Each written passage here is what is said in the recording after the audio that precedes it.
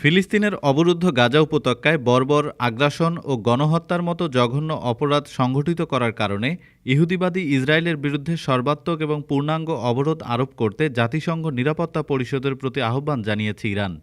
গতকাল সোমবার হেগে বিশ্ব সংস্থার সনদের প্রতি আন্তর্জাতিক আনুগত্যের বিষয়ে জাতিসংঘের এক বৈঠকে ইরানের আইন ও আন্তর্জাতিক বিষয়ক উপপররাষ্ট্রমন্ত্রী কাজেম গরিবাবাদী এই আহ্বান জানান।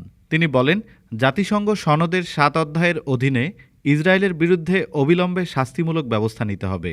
তিনি আরও বলেন, সমস্ত সরকারের উচিত দখলদার ইসরায়েলের সাথে অর্থনৈতিক, সামরিক এবং অস্ত্র সহযোগিতায় জড়িত হওয়া থেকে বিরত থাকা। ফিলিস্তিনি ভূখণ্ড জুড়ে বিপর্যয়কর পরিস্থিতির কথা উল্লেখ করে ইসরায়েলের নৃশংসতার বিরুদ্ধে নিরাপত্তা পরিষদের ব্যর্থতার কঠোর সমালোচনা করেন গরিবাবাদী। তিনি বলেন, ফিলিস্তিনের পরিস্থিতি প্রতি মুহূর্তে খারাপ হচ্ছে, কিন্তু নিরাপত্তা পরিষদ কার্যকর কোনো পদক্ষেপ নেয়নি। ডেস্ক রিপোর্ট, আজ বার্তা, ঢাকা।